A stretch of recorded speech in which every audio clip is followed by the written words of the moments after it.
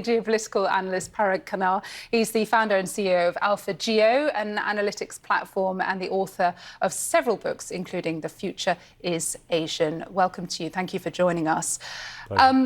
So look, we know these two nations have been in a state of managed hostilities for a very long time. But here we have India's defense minister accusing Pakistan of fueling terrorism. That is after Pakistan said they had credible intelligence that India were about to attack within the next 2 days.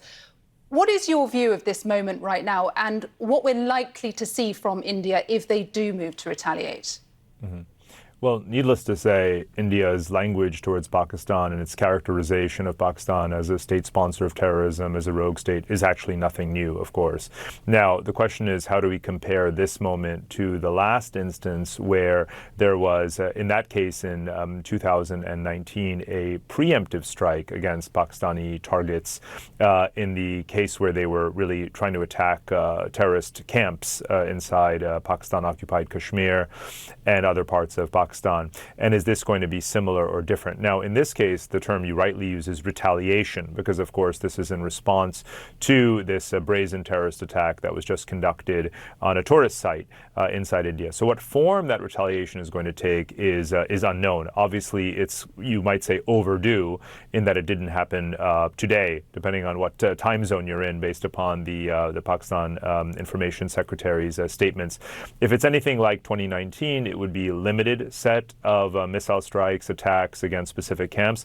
On the other hand, based upon Pakistan's preparations for that retaliation, they seem to be preparing for something much larger. And India is indeed capable of something much, much larger than 6 years ago, because it's certainly a lot more confident in terms of its posture, its rectitude, perhaps, as well. So that remains to be seen, whether it's going to be something limited, an act of punishment, or, again, reprisal, or something much more strategic to, in some ways, genuinely shift the balance of power or that mutual stalemate in that region. We know that Secretary of State Marco Rubio and Defense Secretary Pete Hegseth have been speaking with officials in both countries trying to de-escalate the situation. How involved do you expect China to be at this time in an effort to mediate, given their proximity, their economic ties to Pakistan?